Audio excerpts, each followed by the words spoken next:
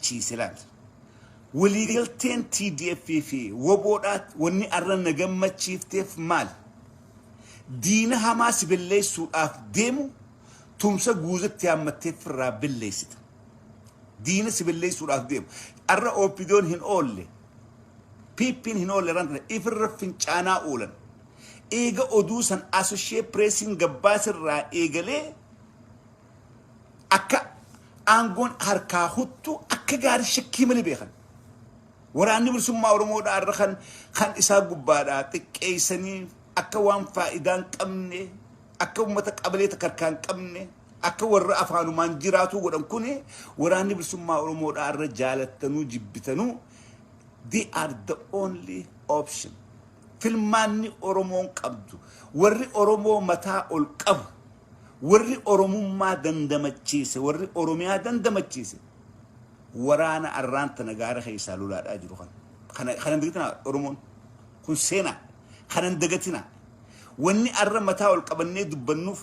wanni arra sagaleen teenya dhagamtuuf waan jarru hungaara jiruu fi beekadhaa don't forget this arra humni teenya tun humni Oromoodhaa Oromiyaa Defense Forceidhaa fi Tigray Defense Forceidhaatu ummata ifii dandamachiisuudhaaf eenyu jala warra sirna Minilikiin deemu warra Oromummaa billeessee gaallaanu moggaasuu barbaadu warra hayyoota Oromoodhaa ija Oromoodhaa billeessee nu dhaamsuu barbaadu warra lafa Oromoodhaa addaan cicciree maqaa Oromiyaadhaa kana billeessee lafa Oromoodhaa maqaa jijjiiree amaaromsuu barbaadu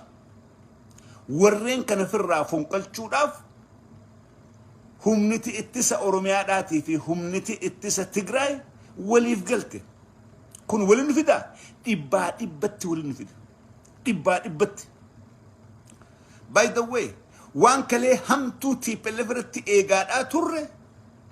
OPDO mataasiidhaatu lakkii TPLF miti kalees kanama jeesaadhaa ture kanama hidhaa ture ka Oromoo irraa harka muraa ture ka Oromoo saamaa ture nu jetteeti afaan beeytu nutti himtee jirtu OPDO'n akkamitti silaa eega TPLF kutte ajjechaan dhaabbatte silaa eega TPLF kutte hidhaan dhaabbatte silaa eega TPLF kutte ajjechaan saaminsi gudeeddiin Oromoo xiqqeessuun silaa dhaabbatte خليه TPLF godhaa ture waan san hundaawi edaa jarri OPDO kun qulqulluudha hunuudha malee edaa qulqulluudha jin garuu reality jirtu OPDO'n afaan beeytu nutti himtee jirta akkam ajjechaan eega TPLF deemte boodaan itti fufuun akka khalee TPLF hinteen akka khalees OPDO'n godhaa turte hima saaminsi gudeeddiin Oromoo xiqqeessuun Oromummaa billeessuun kaleedhaas kan